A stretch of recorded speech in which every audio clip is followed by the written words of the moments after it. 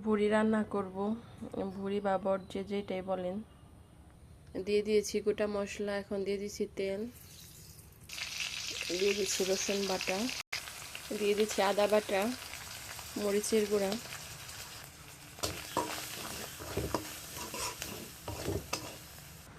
যেহেতু অল্প পরিমাণ ভুড়ি এর জন্য আমি অনেকগুলো পেঁয়াজ কেটে নিয়েছি যাতে করে কয়েক অক্ত খাওয়া যায়।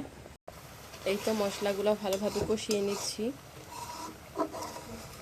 গরুর মাংসের থেকে ভুড়ি কিন্তু খেতে বেশি ভালো লাগে, আর এখনকার যুগে গরুর মাংসের কোনো কিছু ফেলে দেওয়া হয় না, সবই খাওয়া হয়। আগেকার যুগে যে ভুড়িগুলো ফেলে দেওয়া হতো এখন সেগুলো সুস্বাদু করে রান্না করে খাওয়া হয়। এখন মানুষ গরুর চামড়া পর্যন্ত খেয়ে ফেলে, কিছুই ফেলে দেয় না, শুধু গোবরটা ফেলে দেয়। সেটা যদি খাওয়া যেত তাহলে খেয়ে ফেলতো। মশলাটা কষানো হয়ে গেছে, এখন আমি দিয়ে দিচ্ছি ভুড়ি।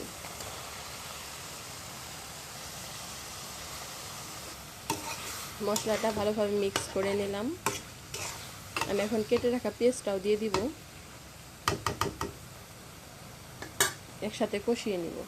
দিয়ে দিচ্ছি পেঁয়াজ।